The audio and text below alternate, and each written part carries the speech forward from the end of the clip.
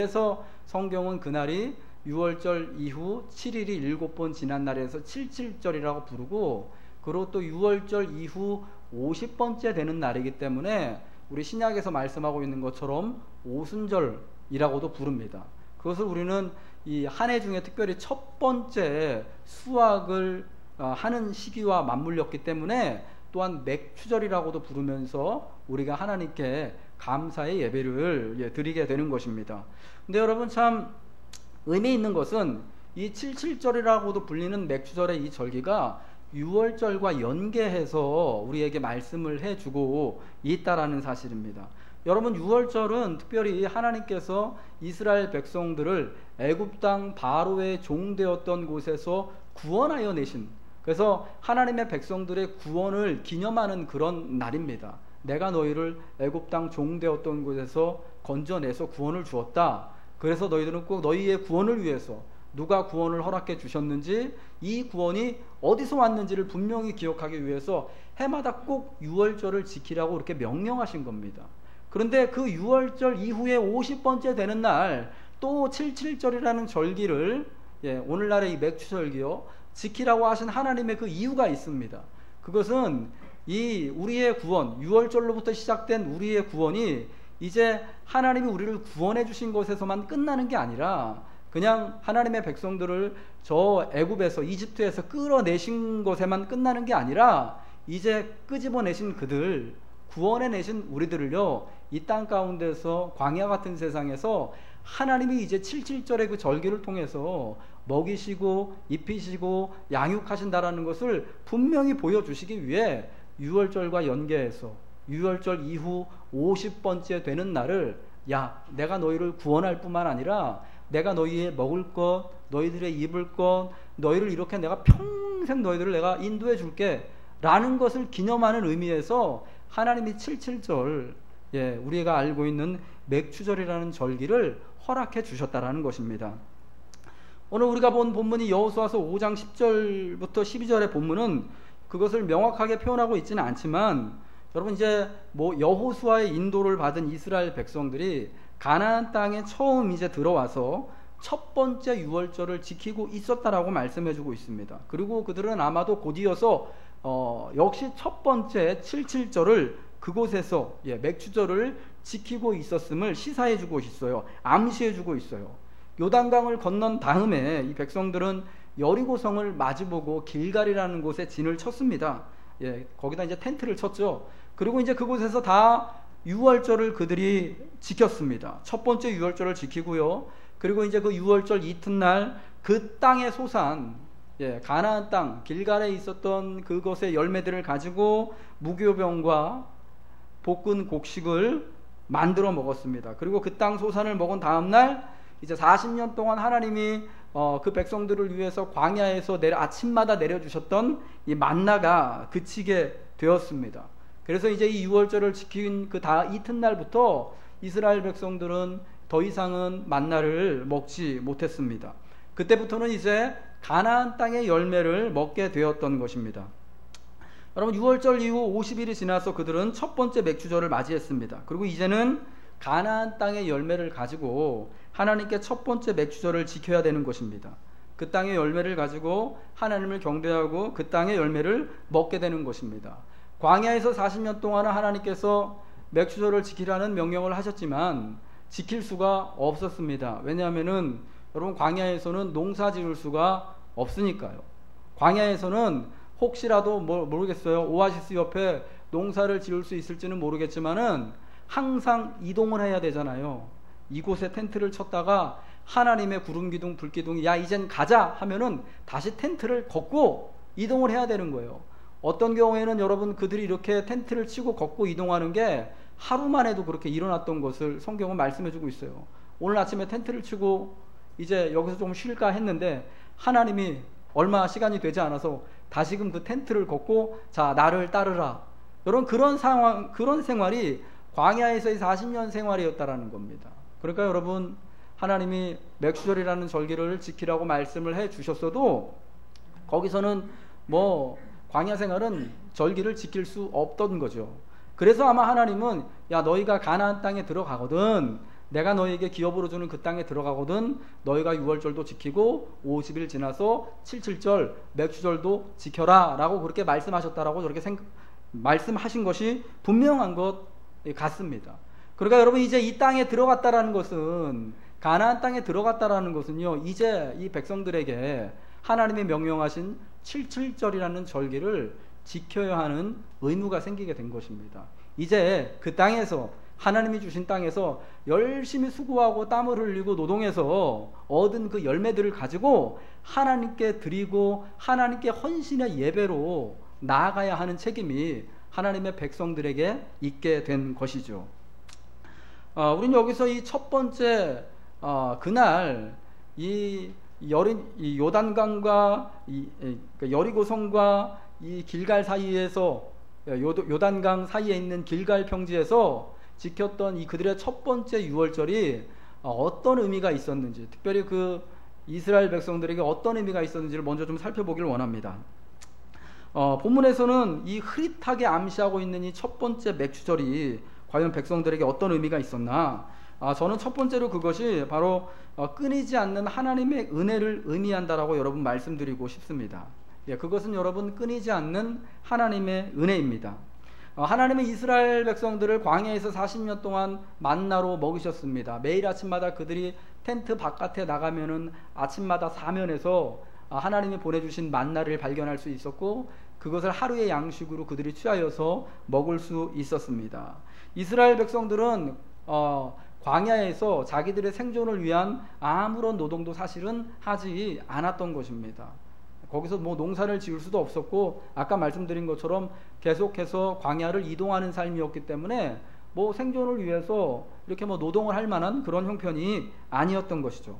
하지만 가나안 땅에 이제 들어가게 되면은 직접 농사를 지어서 그 땅의 열매를 자기들이 먹어야 됩니다. 그리고 이제 그곳에서 양떼도 치고 해야 할 노동들을 감당해 나가야 합니다. 땅도 갈아엎어야 하고, 집도 새로 지어야 하고, 마을도 새롭게 해야 되고, 그들이 성곽도 쌓아야 하고 하는 이러한 노동이, 이러한 일들이 그들에게 기다리고 있는 것입니다. 한마디로 말해서 삶을 위해 그들 스스로가 열심히 일하고 노력해야지 가나안 땅에서 살아가는 것입니다.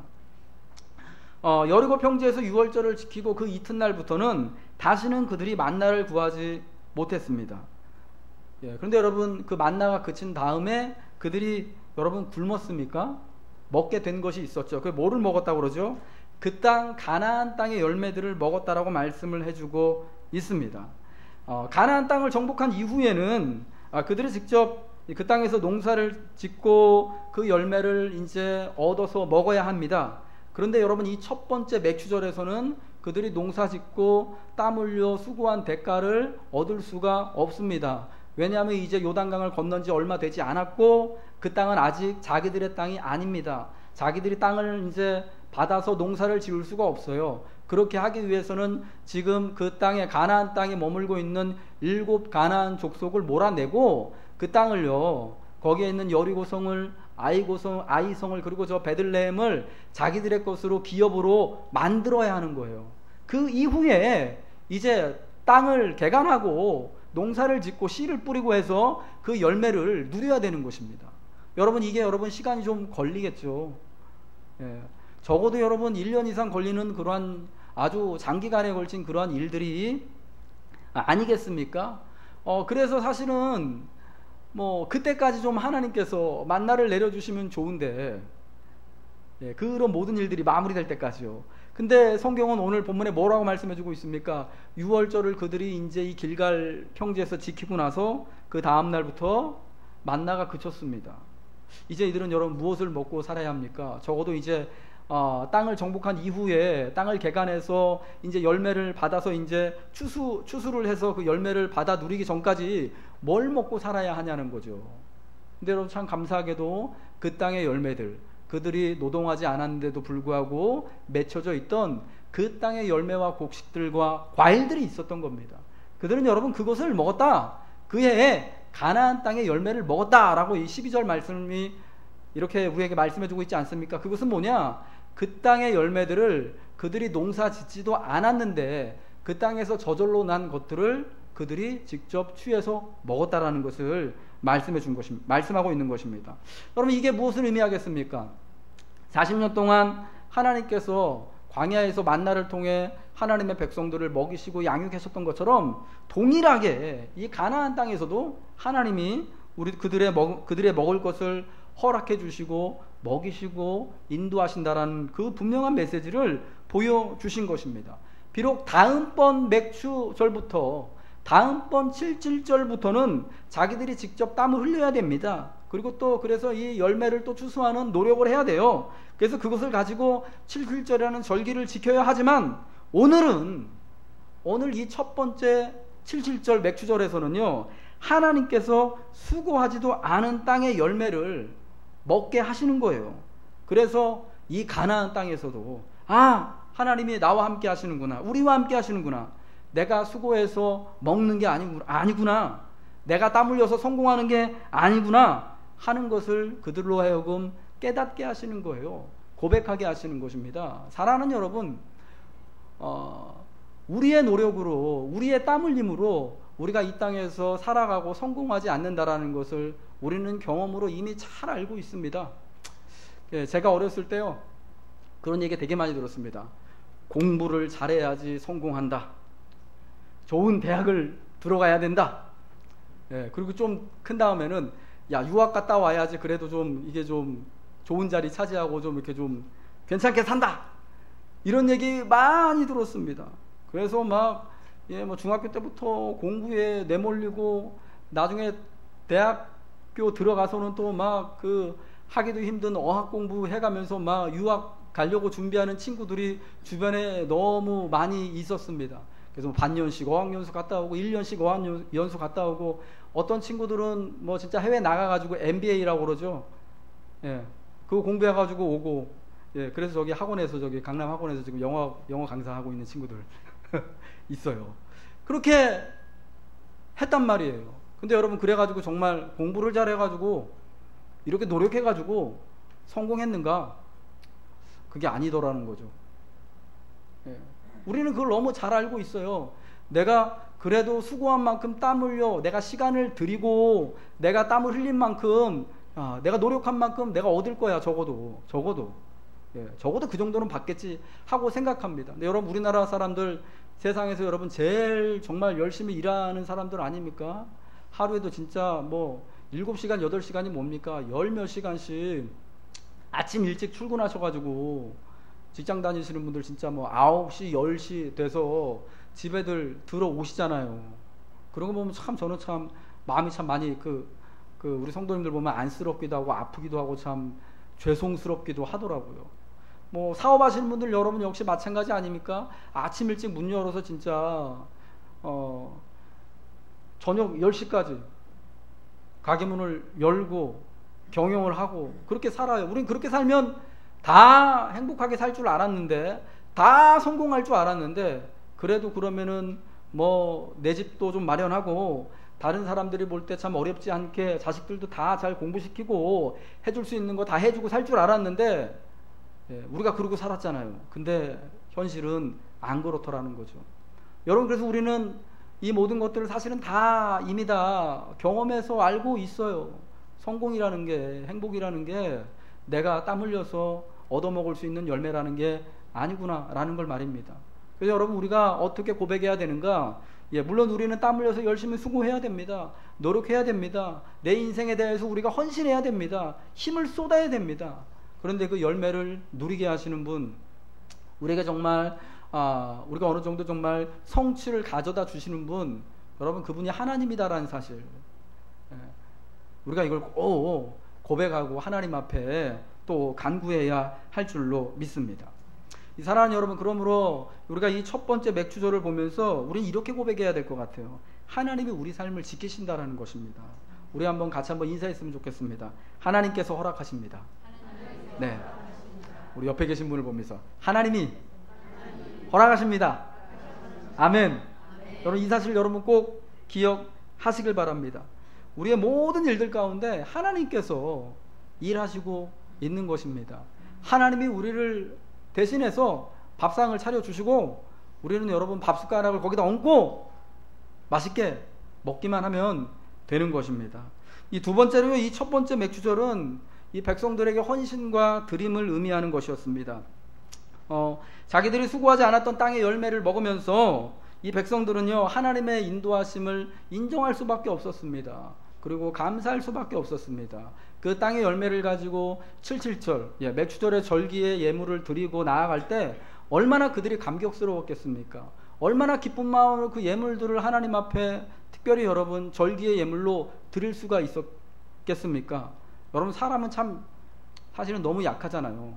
하나님이 다 해놓으신 거를 나는 그냥 가서 열매만 따서 갖다 하나님께 드리니까 이게 여러분 얼마나 쉬워요. 얼마나 감격스러워요. 내 거라고 생각하고 내가 이렇게 땀 흘려 수고하고 내가 읽어놓은 것 가운데 내가 드린다 하면은 사람은 참 누구나가 그래가지고요, 이게 마음에 참 갈등이 되기도 하고 아프기도 하고 막 힘든 그런 상황들을 맞이하게 된다라는 것입니다.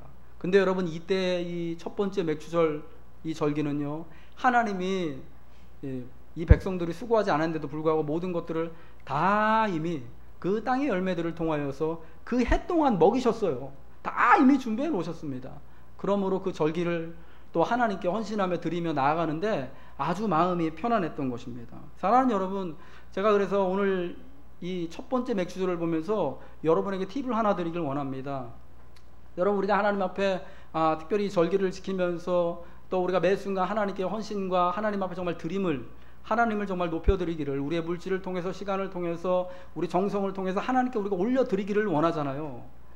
하나님을 섬기기를 원하잖아요. 여러분, 그때 내 것을 가지고 섬긴다라는 마음을 내려놓고요, 물론 우리가 열심히 사업장을 경영하고 우리가 정말 땀을 흘려가면서 아침부터 늦은 저녁 시간까지 수고해서 우리의 또 소득을 얻고 또 그 가운데 일부를 하나님께 드리지만 이게 다 사실은 하나님이 나한테 거저 허락해 주셨다라는 여러분 마음을 가져보시기 바랍니다. 다 하나님의 것 중에서 내가 다 쓰고 내가 많이 쓰고 일부만 10분의 1만 하나님께 드린다라는 마음을 여러분 한번 먹어보십시오.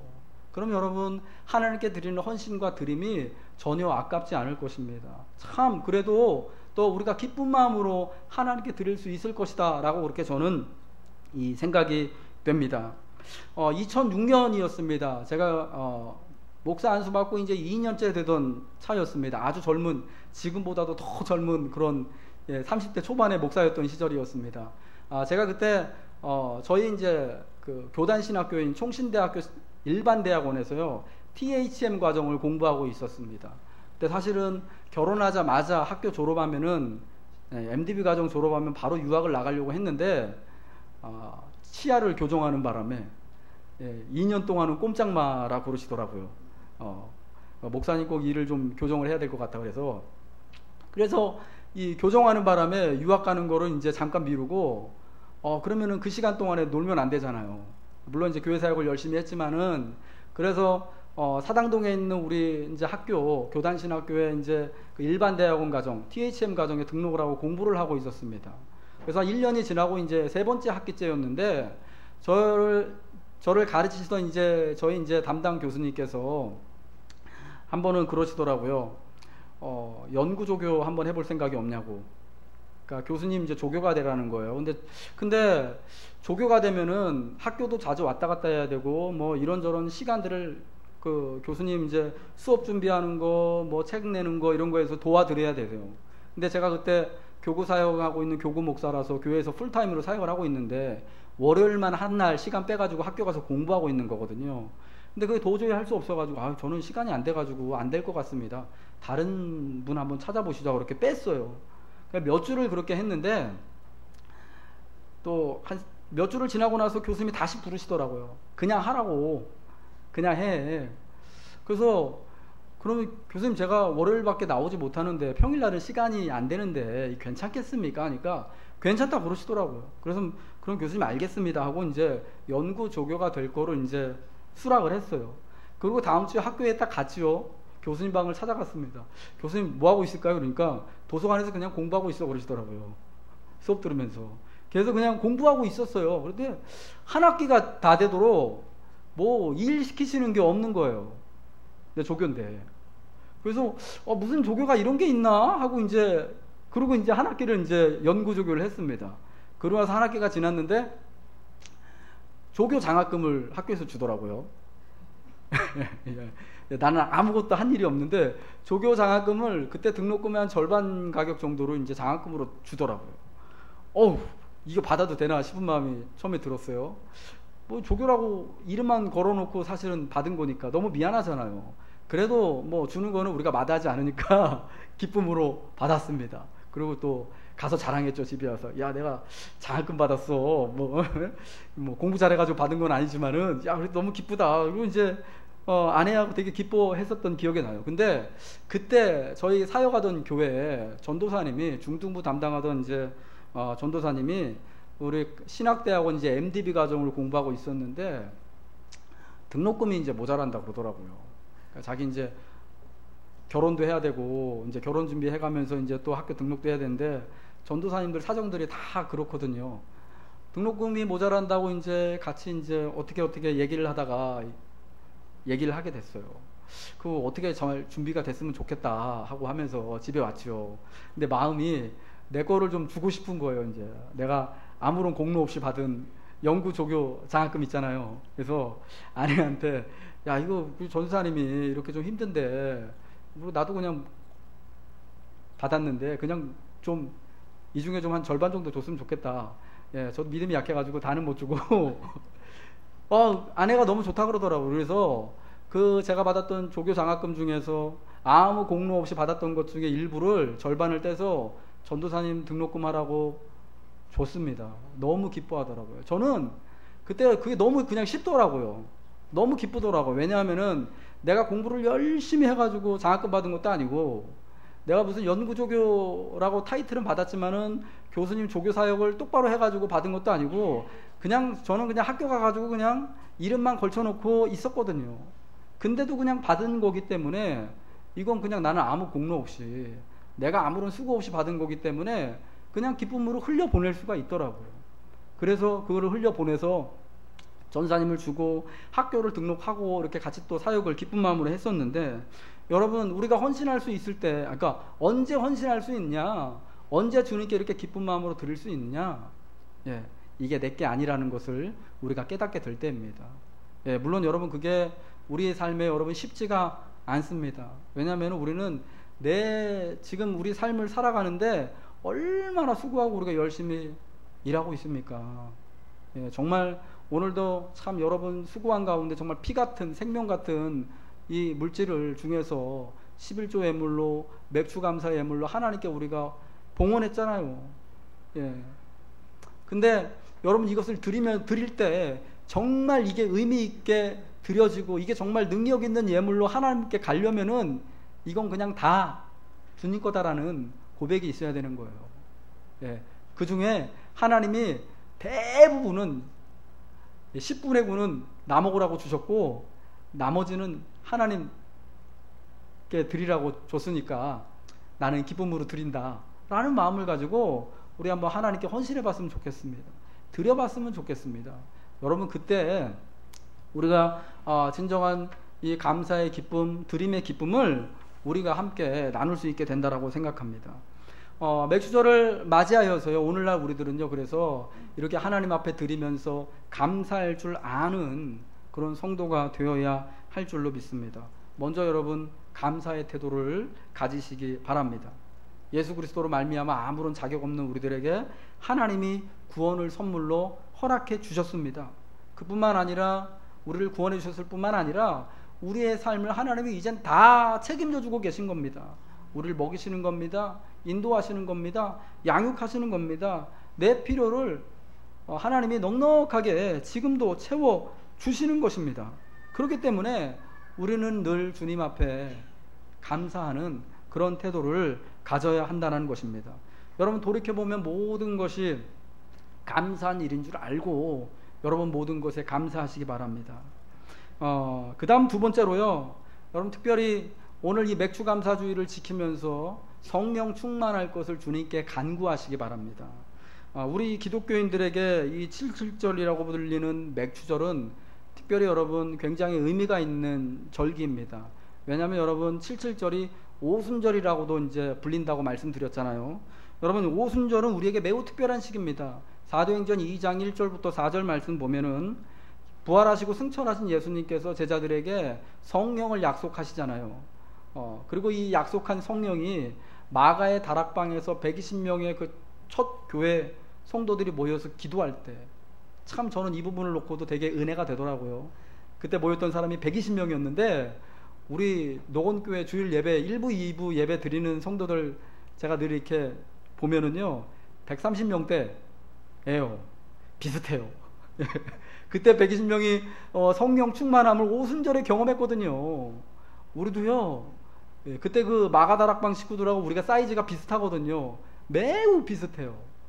하나님이 우리에게도 성령 충만함을 허락해 주실 것을 제가 그래서 확신하게 되더라고요. 여러분 이 오순절 이 절기 때 성령의 충만한 역사가 그날 밤 이제 마가의 다락방에 모인 제자들에게 불같이 번져나갔습니다. 그래서 그때 교회가 시작되었어요. 오순절 성령 강림 사건으로 신약의 교회가 탄생했습니다. 여러분 교회는 처음부터 성령의 공동체였습니다. 교회의 특징은 성령이 각 사람에게 충만하게 내려 역사하는 것이었습니다.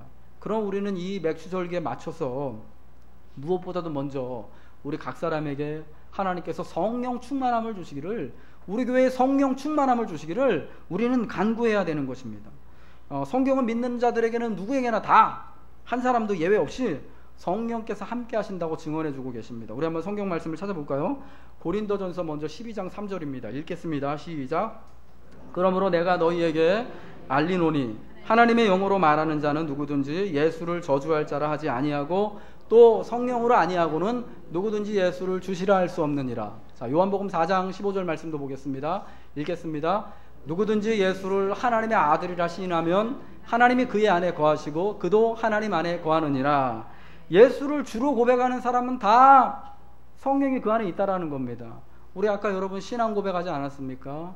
그 신앙 고백의 여러분 절반 이상 되는 내용이 예수님에 관한 이야기잖아요. 하나님의 아들로 여러분의 구주로 여러분 우리가 함께 다 고백했습니다. 아까 보니까 그 고백에서 나는 못하겠다 빠져 있으신 분들 한 명도 없었습니다. 모두가 예수를 주로 고백했습니다. 성령이 우리 안에 계시는 겁니다. 예수 그리스도를 하나님의 아들이라 우리는 기도할 때마다 그렇게 고백합니다. 아멘이시죠? 네. 성령이 이미 우리 안에 계신 겁니다. 그러므로 우리는 이 안에 계신 성령을 위해서 우리가 어떻게 해야 되나, 이 성령이 내 안에서 내 삶에서 우리 공동체 가운데서 충만하게 역사하실 수 있도록 성령 충만을 위해서 우리는 기도하는 겁니다. 여러분 오순절 그날 성령 충만의 역사가 있어서 마간의 다락방에서 시작한 이 120명의 교회가 예루살렘의 수많은 유대인들에게 복음을 전하게 됐고 예루살렘과 유대와 사마리아와 땅끝까지 정말 전해져서 많은 그리스도인들이 오고 오는 세대에 일어나게 되었던 것을 여러분 기억하시기 바랍니다. 그리고 성령 충만해질 우리 노건교회를 통해서 하나님이 정말 얼마나 이 땅 가운데 충만하게 역사하실지를 여러분 기대해 보시기 바랍니다. 저는 오늘 우리 같이 찬양하면서 기도하기를 원하는데요. 여러분 오늘 기도할 때 오늘 주신 말씀을 여러분 한번 생각해 보시기 바랍니다. 묵상해 보세요. 끊임없는 하나님의 은혜를 누리기를 원한다고 여러분 기도해 보세요. 감사하며 헌신하기를 원합니다라고 기도합시다. 그리고 마지막으로 성령 충만한 교회와 내 자신이 되기를 원합니다 라고 우리 기도했으면 좋겠습니다. 우리 찬양하고 기도하도록 하겠습니다. 은혜 아니면 나서지 못하네.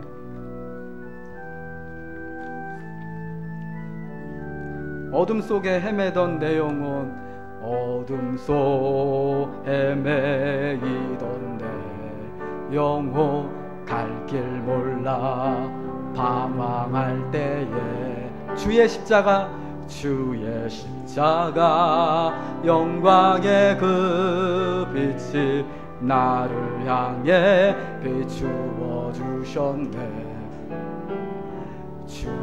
주홍빛보다 더 붉은 내 죄 그리스도의 피로 씻기여 완전한 사랑 주님의 은혜로 새 생명 주께 얻었네. 않으면 나서지